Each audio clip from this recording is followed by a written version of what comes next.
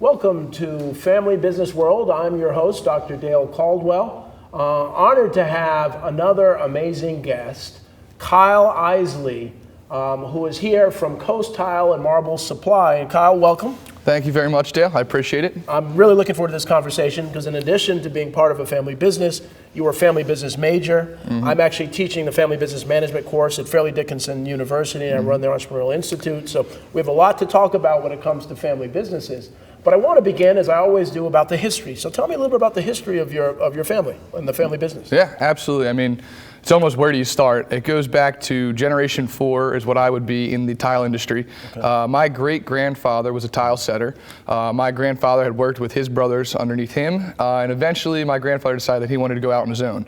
So he started doing tile installs himself, and eventually he got a deal with what was at the time called Wenzel Tile. Okay. They're no longer around anymore, but that was his first opportunity to really move into the retail market. Okay. And like a true entrepreneur, he started right in his garage. Wow. Yeah. And I think we have a few pictures to really, I'd love for you to talk us through some of the pictures of your family business. Yeah, so this is a classic one, of course, and I'm sure my uncle and my fathers, my father and uncles will be very upset that I chose this photo, but this is them way back when we actually first started out of the garage. That's my Uncle Tom at the very top. He was very involved at the time, my Uncle John as well, and eventually they all started to move into the business slowly.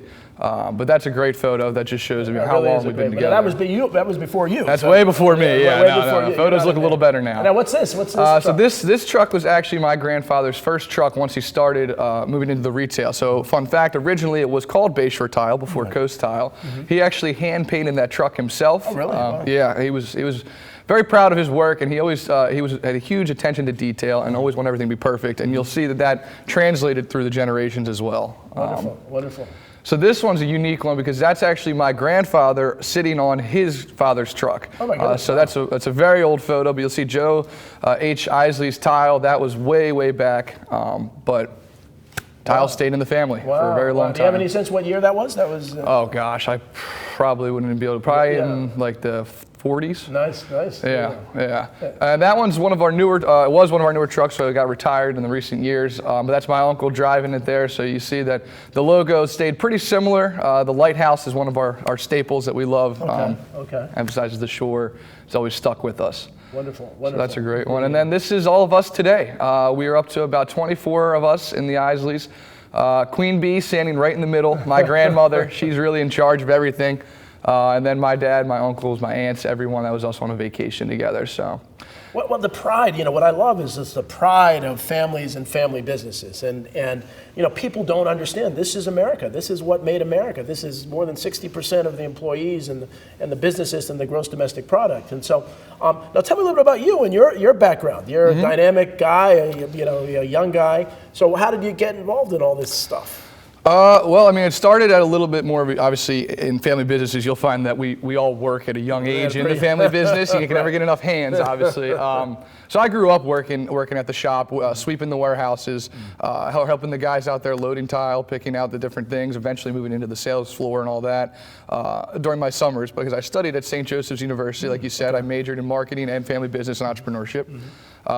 Incredible experience going there, learning that, meeting all these different people and studying family business. And in studying family business is when I really learned that I was like, this is really what I want to do. It's a great opportunity. I mean, it's so much fun every day. I mean, it has its ups and downs, like every family business. Right. But it's so much fun every day to just come in and work with your family. The jokes are funnier. It's a little more relaxed. So now while you were in school, you actually did consulting to family business. Part of St. Joseph's, a real big family business program. And so what did you learn as you consulted to other family businesses? So I worked with the Initiative for Family Business Entrepreneurship at St. Joseph's University, who helps other family businesses. A lot of times they would come in and they would speak to our classes, or when I was in meetings with the department, they would speak. And you get to see the whole spectrum of things. I mean, a lot of it boils down to communication issues. You'd have a lot of what we saw, ironically, was Generation 2 wanting out. And it was Generation 3 who was like, all right, how are we going to move into this? But Generation 2 didn't want to give up what they worked for, and it is something that, and I have 2 companies of my own, and I can't imagine just being like, here, take this and run with it. because you put so many hours into it, and it's it's your baby for so long, that we learned through the consulting is really just navigating those conversations and how to properly be clear and transparent with what your intentions are for your generation, and then how you see the business going forward with the future generation and all of that. So the consulting, I mean, it was such an opportunity for us to see the dynamics that you see in all family businesses. Right. So, and again, I've been in management consulting for 20 years. I run the Fairleigh Dickinson University Entrepreneurship Institute, Rothman Institute, and as I said, teaching this family business management class. But communication is the fundamental. Every single problem boils down to a communication problem. Yep. It doesn't matter if it's financial or operational and so on. And the other thing is, I wrote this book on influence, and the influence and baggage sometimes creeps into it with the family, and we don't want to expose all the baggage. But again, and so you have things that happen when you were younger that still permeate into the business. Right. Yeah. And so as you think about it, now tell me about the business. So what do you guys do? What does your family do? And right. Yeah. So we're Coast Tile and Marble Supply. So we are one of the larger retailers in South Jersey that specializes in tile, marble, stone, luxury vinyl tiles, and various mosaics as well. We deal with some small commercial work, but mostly residential on the shoreline. So we specialize specifically in like shore home designing. So like those larger beachfront homes has typically been where we've been kind of moving our way into. It's a unique market. Obviously, there's been so much construction and development on the shoreline that's really where we've kind of found our home in. So we do with the designing, the consulting on other aspects of the projects, and all that. Kitchen, bedroom, every aspect of the house, you do it all. You wouldn't believe the different things that some people, we do bar tops, cabanas, pool areas, mostly kitchens and baths and all those traditional things. But yeah, some people come in with unique projects, and we always can find a way to help them out. I'm always fascinated with those shows that, what was it, tanks, they do the fish tanks unique, and then I'm sure you've seen, some things that are pretty extraordinary. Oh, absolutely. You'll see people come in and they'll put together this crazy combination where at first you're like, what are they doing? And then by the time you see the finished product, you're blown away. Right. So they're really some unique opportunities to use tile mosaics and different looks to create something beautiful. And so now your role in the company, now you do marketing, what kinds of things do you work on? It's very important in my family that everyone does everything as one of the family members. So I'll help out in the warehouse anytime that there's need back there, checking in orders, breaking down trucks, anything like that. I'll work on the sales floor, helping other people pick out their tile, make their selections. And then I do a lot with the marketing end. I consult with our marketing firm on a lot of different aspects and trying to grow, because this is really the year that we want to try and take the next step. Our generation is really excited and looking forward to the future. We think the market's in good shape right now for us to try and take that next leap. So I work a lot in the business development of that as well. Well, and again, as talking to my audience, I've learned a lot on this show, and one of the things that's clear is that the firms, now you're fourth generation? Fourth generation industry, third generation at Coast Tile. And so what we've learned is that when the next generation is treated just like every other employee, where they learn that they don't have special privileges, they got to work, they got to know the business, that's when the succession works. I've seen so many times when there's privilege, and the young people think, well, I don't have to do that. I'm the son of the owner. I'm the daughter of the owner. And it doesn't seem to last. So those who are listening, make sure that everyone is treated. And I know some instances you've seen on my show, some people were paid less than some of the other folks. But they knew that work and work ethic, and frankly, Kyle, I'll be very honest, I'm on a couple school boards, young people don't value work as much as they should. And really appreciate doing quality work. Right. And I'm sure, when you're hiring, how do you hire? You have to hire good people, and I'm sure you've had your challenges. How do you go about hiring people for the business? It's a great question. And you read it all the time. One of the most important things when you're looking to grow is having the right people on the ship before you start going. So that's something that we take very seriously. And luckily, over the years, we've built a reputation. Our churn rate is very, very low.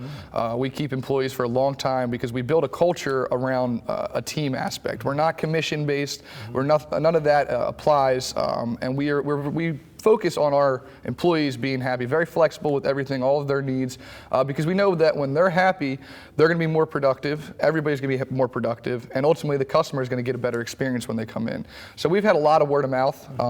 People will hear like, oh, Coast Tile's hiring, and then all of a sudden we'll get a rush of resumes and things like that. But then we also do actively look and seek opportunity, because we want to find the best talent out there in terms of the designing aspect or anything along those lines. So we reach out to people and occasionally be like, hey, like, who's out there, who's available? And in the construction industry, people are in and out of shops every day. So word travels quick. So we like to capitalize on any opportunity that we see out there.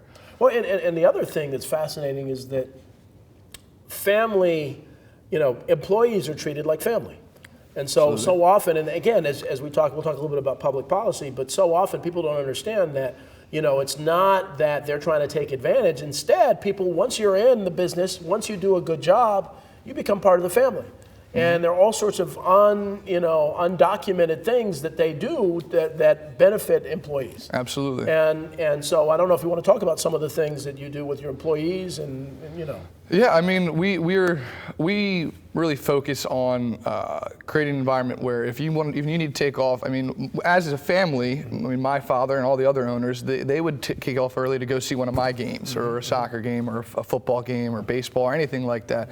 So it's encouraged. It's not necessarily, oh yeah, you can go, but please go. Go check it, go be there and see those experiences, to have the same kind of an opportunity that an owner might have in terms of being able to take time off or come in a little later if something's happening or anything like that. To never create an environment where that would ever be an issue has been one way that we've really dealt with making them feel more like a family. And then honestly, we hang out outside of the work hours. Oftentimes we're having a barbecue or something. Everyone's invited.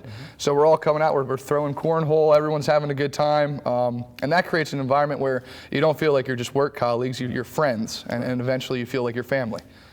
And that's good business. See, and that's what people don't understand, is that you do that because you're a family and you do it, it's the right thing to do, but they become more loyal. Employees become more, and that's what gets me, is that some of these policies that coming from the federal and state and local governments, treat it as if you don't care about employees. But in fact, you care more about employees than you actually treat them better than state employees in a lot of instances. Yet they're putting these burdens on folks, which makes no sense. And so it's all about actually helping you become more successful. That's good for New Jersey. That's good for jobs. Absolutely. And we've got to begin to think about, how do we help these family businesses and small businesses become that much more successful? One of the things that I hope you'll join, we've actually started a small business poll in New Jersey, which is free, and so every 3 months we're surveying small businesses so we can give them a voice to begin to talk. Because one of the challenges we find is that on a lot of these policies, there'll be groups yelling and screaming over here, and they'll have crickets from the family businesses because you're out trying to survive.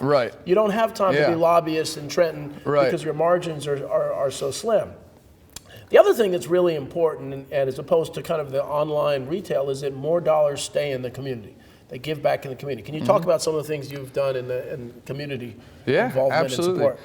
We love to get involved with the local high schools. Obviously, me and my sister went to a different high school than my brother, and then my cousins went to a couple other high schools. So we're a little spread out. So we like to give back to all the South Jersey high schools. We do a lot of work with like Egg Harbor Township High School, Cedar Creek, Absegami, Mainland, all the local high schools, donating back to their programs, like their Project Proms, all their different initiatives that they're taking on.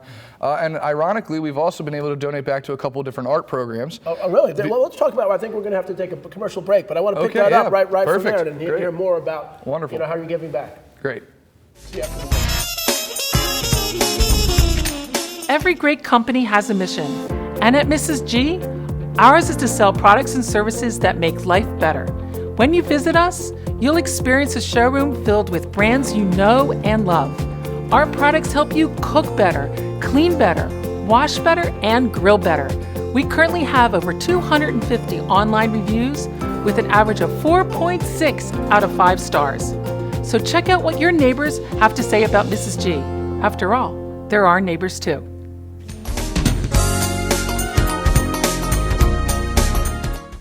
Welcome back to Family Business World. We're here with Kyle Eisele. We were just talking about how Coast Tile and Marble Supply is giving back to the community. We heard how you're working with with high schools. Now you talked about arts. What else are you giving back to? Yeah. So, so oftentimes in our warehouse we'll have mosaics laying around that have been left over and whatnot, and it makes for a perfect opportunity to donate back to the local schools to use these mosaics to create some pretty incredible work. And conveniently, I actually got an email this morning right before I walked in here asking if we can donate some mosaics to the art. I think it's the Cape May County, it might even be the college there, for their art department. Oh, wonderful. So we do a lot with that. We love to give back and see if they can create something, and oftentimes what they create is really incredible. Yeah, that's what a great, I never would have put the two and two together. Do you ever go into, I have a foundation, and we have a program called Classroom Press Conference where we get a number of business people to come into the school and they're interviewed like a press conference. Like, have you spoken before some of the schools and other things? Have you ever done that? Or? We've done some minor things like that. Most of the times it would be like something that I was involved in at school, and I would have my father, one of my uncles, come in and speak. Right. I spoke one time at St. Joe's regarding entrepreneurship as well. Okay. So just some smaller things. It's definitely something that we want to get more involved in because, like I said, being Generation 3, there's so much that we've learned and grown over the years that we'd love to share and give back with that experience. Well, I mean, I'm meeting a dynamic young guy like you and talking to you, and I'm thinking, being involved with the school boards, that so many young people need to meet you. They need to talk to you. They need to know that he's not that much older than me, and this is his story, and he's doing well, and he's having fun doing this, because I think we don't do that in schools. We don't teach enough about work ethic and about being productive citizens. Reading, writing, arithmetic is important, but it's about creating productive citizens. And so I love your involvement in school. So maybe we'll set something up in the South Jersey area to do that. Yeah. Public policy. Do you get involved with any of the public policies or anything? Talk a little bit about that. I would say obviously we're very connected to the housing market, obviously, with our industry. So we're closely monitoring all those different things. And on a broader scale, there's been a couple of different initiatives that have actually been pretty significant. And as you know, very close to home, back when Hurricane Sandy came through, it was absolutely devastating. I mean, we were personally affected by it, just like many of thousands of other families. But luckily, some government programs like FEMA and all those, they were able to step up big at the time, and they gave back some serious insurance money that people were able to re-put into their homes to get them back to living in their homes, but also to increase the value of their homes. And after the 2008 housing market collapse, which hurt our entire industry significantly, that was the bump that we needed kind of to climb out of that hole. So during that time, it was very tough. It was a very difficult time, but with Hurricane Sandy, we were closely monitoring all the different policies that were put into place that really gave people the opportunity to start investing back into themselves and into the industry and eventually into us. Wonderful. So that was one of the things. And then a more recent scale, the Fed has been cutting back the rates. It's increased opportunities in the mortgage field, and people are starting to buy more homes again. It's a very strong housing market, and when that's happening, we're doing much better. And everyone does better. Now for the audience, one of the things, and this is kind of the trouble that we hear about all the negative stuff. We don't hear as much about the positive stuff. So if you're a homeowner and you want work done on your home, because I'm hearing so much about these fake contractors, these folks who's promised the world, say, give me half up front and then disappear on them. Right. How does this consumer protect themselves against, some scams like that if they're bringing people to their house? Well, you have any advice for folks? Yeah, absolutely. And I think one of the things that people never think to do, everyone is so quick to go to the internet, to Google. And I tell you, if someone's, savvy on the internet, you can advertise yourself in a way that you're not actually going to be behind the door. Right. It's surprisingly a lot easier. It's kind of fake websites Everything. and stuff. Oh, absolutely. I mean, you just got to put out like an Instagram ad, and all of a sudden people are like, oh wow, this looks legit enough, and then you're out $5,000. Interesting. Go to the local shops. Go to Coast Tile. Go to the local retailers. Go to any of these guys and say, who do you recommend? Right. I mean, being in the business, in the industry for 60 years, we've met and we know guys that do incredible work. Right. We know honest guys. We know guys that are going to be upfront and clear and transparent, and they're going to ultimately give you the best bang for your buck. And if you're going to be investing in your home, don't throw your money away. Spend the extra dollar to get it done right, because you're going to be seeing it. You're going to be living it every day. Well, and that's the other message too, is that cutting corners will cost more in the long run. Absolutely. With every aspect, and even the online retailers, those that that promise the world and have everything, the quality is going down because nobody's really checking, and you send it back. But it really concerns me how many people were ripped off during, Absolutely. after the hurricane with folks who just disappeared on it. Right. And they're not getting their money back. And so why not go to a local family business and, as you said, walk in the store, talk to people. Absolutely. We're so focused on doing things quickly and not thinking about it that we almost deserve to get burned sometimes. And so when you do that, is there a kind of an alliance of groups like yours, that family businesses and small businesses that kind of give each other business and so on? Oh, absolutely. None of us are really handing out Home Depot's cards. Right. But there is definitely in the local area. I mean, there's companies that are just like us that have been around for forever. They do excellent work. They have great customer service, and they're just good people. Yep. So if you come in and you're asking for a specific service that obviously I don't offer, I'm going to give you their card because I know you're going to get the best experience from them anyway. Right. So ultimately, it's a win-win. I mean, they get the business, and the customer is going to be much happier going to them versus finding something online that's shady. Yep. One of my questions is always, what keeps you up at night? What, as you look in the future and so on, what are some of the challenges that the business is facing? Like most businesses and industries, there's a lot of competition out there, and every day the competition grows more and more. As you had mentioned, the internet has always been an issue in our industry. People are selling online. They don't have the overhead that we have, so they can sell it for cheap, and they can sell you a pretty bad product, and you'll probably never be able to get in touch with them. Right. So that's always been something. We're not necessarily trying to compete with the big box stores either. That's not really where we've ever specialized in. You're not going to walk in and see someone at Coast Tile who has no idea what they're talking about. You might go to a box store and get someone who barely knows about the product. Right. We don't want that. We're not even trying to portray that or compete with those stores. We want to give you the best experience with the most product knowledge and really get the most out of your opportunity to turn your house into a home. So we're trying to move into more of that service-based, experience-based market, but it's a scary thing. It's uncharted waters there. So we're excited, but it keeps me up a little bit sometimes thinking about what's going to happen if we do this. I mean, you take a shot in the dark, you got to hope that you hit it. Yeah, no, it's great, and what you're doing and the way you go about business. Do you do much strategic planning as a family business to really think about the next 3 months, 6 months, 2 years? Absolutely. That's one of the things that we've been implementing in this past year is really, in the very beginning, right when I came out of college there, we ran an entire strategic analysis, internal, external audit, SWOT analysis, everything to see where we really stood in the market. Wonderful. And where we needed to position ourselves to go forward. What steps needed to be taken, action plans, document. And my uncles, they've been giving me a hard time, like, oh, you're keeping me late again tonight. I'm like, yeah, well, we're getting after it. So we do a lot of strategic planning. There's so many opportunities out there that if you just went out and you started it and you tried and you went for it and you go for it, and you'll see that you oftentimes will be surprised with how successful you can be by just going for it. Well, and again, you're a unique animal in that not only a college degree, but a college degree in family business management. You've done consulting. So I have 16 students in my class for this family business management.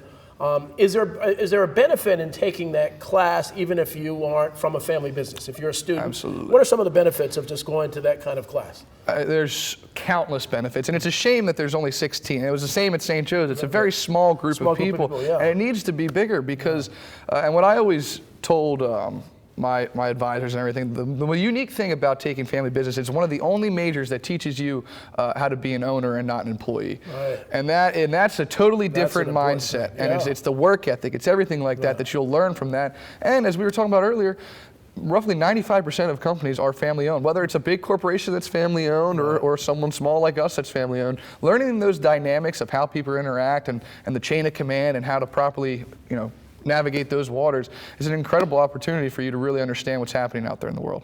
That's very well said. I love that. One of the few majors where you're learning to be an owner. That's right. Rather than an employee. Now, one of the other things too is a lot of family businesses. Now, you're more sophisticated than a lot. Don't do valuation. They really don't understand the value of the business. So many businesses, they want to sell and they sell, and the owner has to work 2 years because the only value of the business is the owner. All right. How do you do valuation, or what advice do you have for family businesses about valuing what they're really worth? One of the things that was told to me early on was that you need to kind of position your company so that it's ready to sell tomorrow. Right. One of the best strategies is to have your company, your books lined up, everything lined up so that if you needed to sell, you could sell tomorrow. Right. So when it comes to valuation, get your ducks in a row, know what you're worth and what you want to be worth. It's a great opportunity for goal setting. Right. And then it's important to also get the valuation. I mean, have someone come in, tell you what your company is currently valued at. How frequently should some company do that, do you think? There's a lot of opinions out there. And it depends obviously on where you're at in your generational succession planning and all that. Obviously with my generation just coming on, we're roughly around a year in the succession, like taking valuations and that. So we stay on top of where we're at, where we're heading, growth-wise. If you're obviously more just starting out, you probably don't need to do evaluations as frequently. But yeah, we're right around the 1 year mark, checking out, making sure. So one of the things, and again, I'm tapping into some of the knowledge you have that others, one of the other challenges is, so you're a parent, maybe you're first generation, second generation of family business. You have one daughter who works in the business. You have a son that doesn't work in the business. The son's having trouble, he's unemployed, and the urge oftentimes is to say, well, I'm going to give my son, because he's struggling, I'm going to give him more money, and the daughter's upset because I've been with the business the whole time. Absolutely. How do you deal with that? And this will be our last. Unfortunately, we could talk for an hour. But, But you've seen those, you've consulted. What is your advice in that kind of situation? This is the favorite topic when you're talking about family business. How do you pay out the one who's not involved? And this is one that nobody ever agrees on either. And the problem is it is your son. So you're not going to leave him to hang out to dry. But you do, as an owner, and what we learned is that you need to be fair, because if you're unfair, your star employee, your daughter who was in the business, she's not going to want to do as what she was doing before. She might not work as many hours or do the things that she did. So you can't undercut yourself by being so charitable to one person. So being fair is the most important part. And we see it every day. I mean, my grandfather believes that everybody should be involved in the business, whether they're working or not. And that's one of the values that he had. And if that's the value that he had, then we're all on board with it, So you got to be, everyone's got to be on the same page regarding it, but you do need to be fair. Perfect. Kyle, well, thank you very much. This has been a great show. Wonderful time. And thank you good very luck, much. and I look forward to visiting your place. Absolutely. So take care. See you next week on Family Business World.